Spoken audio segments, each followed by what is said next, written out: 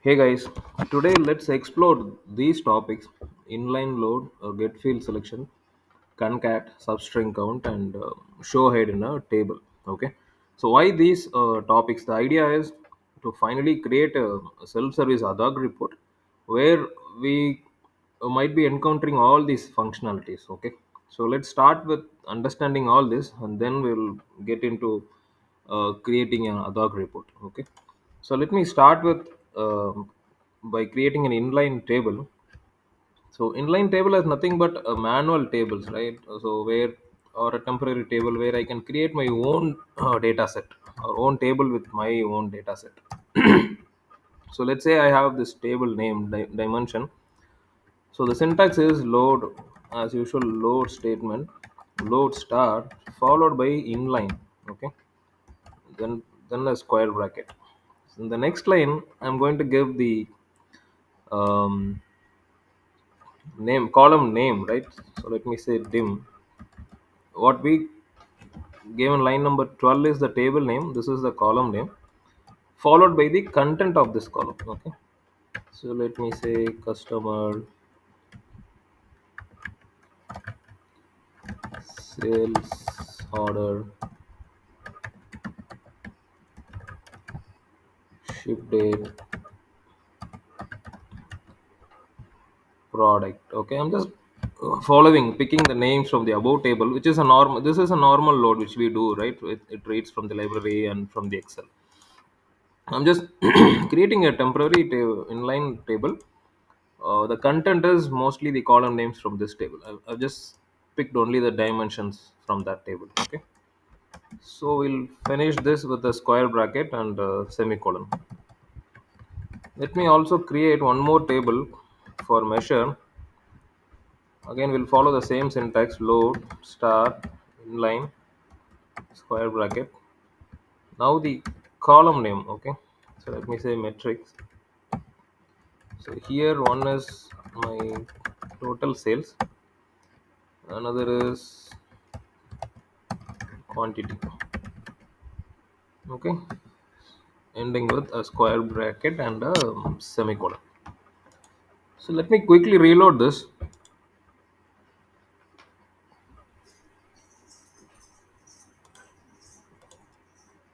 We'll have a quick preview of in the data model.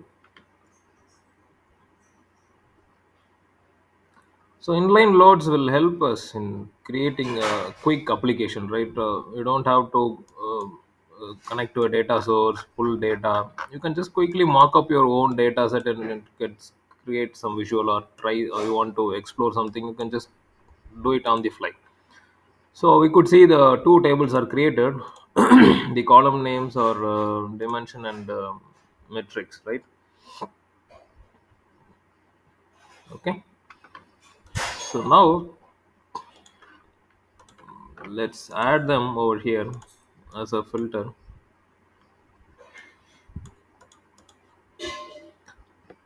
One is my dim, another is my metrics. Okay. So we got these two. So now let's explore the second topic: get field selection. Okay.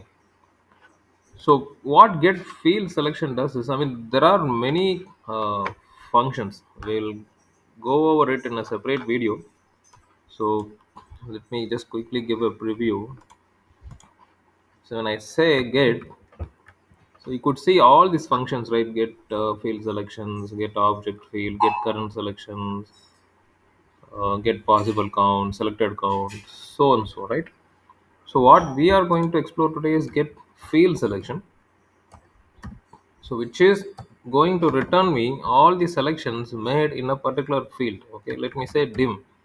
So dim is my field.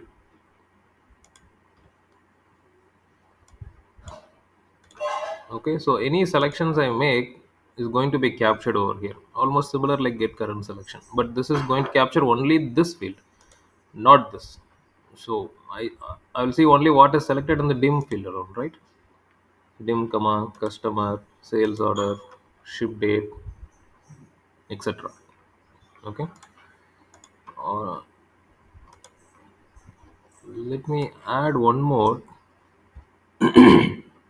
filter. I'll add another dimension with more number of values. Okay.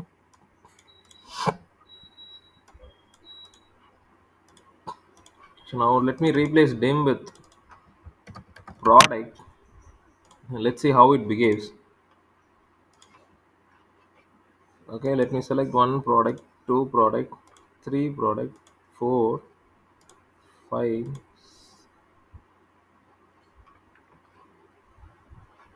six. Okay, so now you could see as I increase the number of values, now it has started giving me numbers instead of values. Okay, 7 selected out of 183 unique values, 8 selected, 9 selected, etc. Right, but we need the values to be displayed over here, not the numbers. Okay, so in that case, such cases, right, we can add a third parameter to it, and I can give a define a maximum number of values to be displayed. Okay, so my second parameter is going to be my delimiter. I'm going to give comma followed by my third parameter. Here I will say um 10. Okay, so display maximum 10 values. Now you could say I'm able to see all the 9 values, right? Let me add the 10th value. Now when I select 11, again it's not going back to the numbers, right? So so we can use this third parameter and to display more number of values here. Okay, so this is all about the get field selection. Now I I can we have as a function called concat. Okay, so what concat does is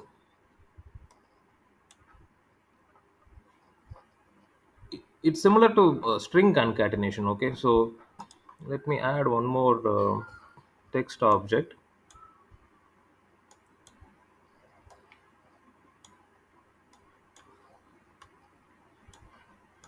Okay, so here I can say concat.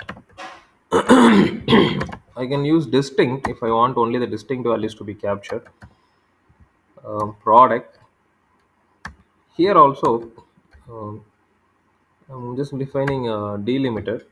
So what I'm saying is concat all the list of products followed in a comma delimiter.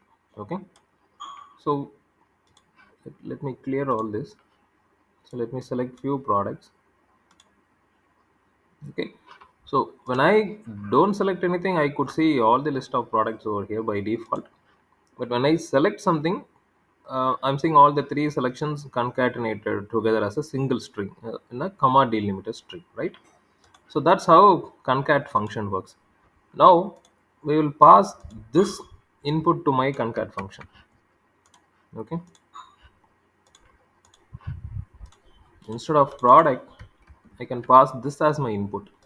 So this is already going to have my current selections with comma delimiter, and on top of that I'm going to do a concatenation.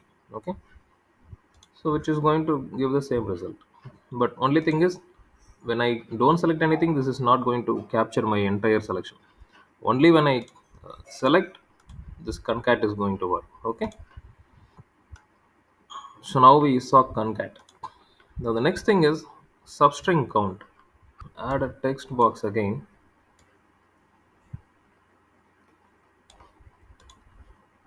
So what so substring count followed by the actual string,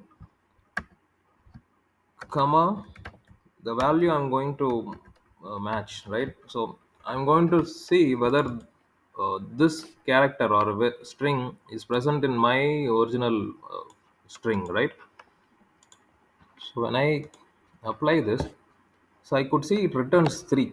Okay, so these are all the values I have selected. So this is my string where I'm looking for this substring west. Okay, so I it says 3, that means west is present 3 times in this entire string, right? So let me remove 1, so it gives me 2. So what it does is how many times it counts the number of times it encounters this particular substring west in this master string, right? So it says it twice and it returns the count. Okay, and when there is no waste, it's going to return 0. So this functionality will be helpful when we implement this show or hide in a table. Okay, because substring can easily match our substring, this part substring with the original string, and it can return the number of times it is present. But what we are interested is the output of this, whether it is 0 or any non-zero value. That is what we would try to utilize it here. Okay, because the reason being, we'll understand more when we look into the table. So let me create a simple table. I'll just add two dimensions, customer and product, let's say. So in table, we have an option under each of these dimensions, right? So there is a feature called show column if. Okay, so here we can define our condition. Only when the condition is satisfied, this column will be visible. So for customer, if I say equal to 0, then this customer will be disabled over here. So equal to 0 is false.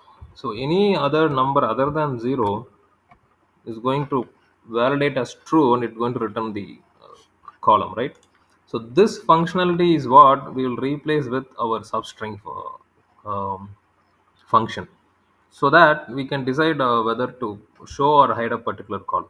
Okay, so now that hope we got some basic understanding of all these functions and features. So we'll see how to implement the Adhoc report using these in the next video. Please do let me know in the comment section for any clarification. Thanks for watching.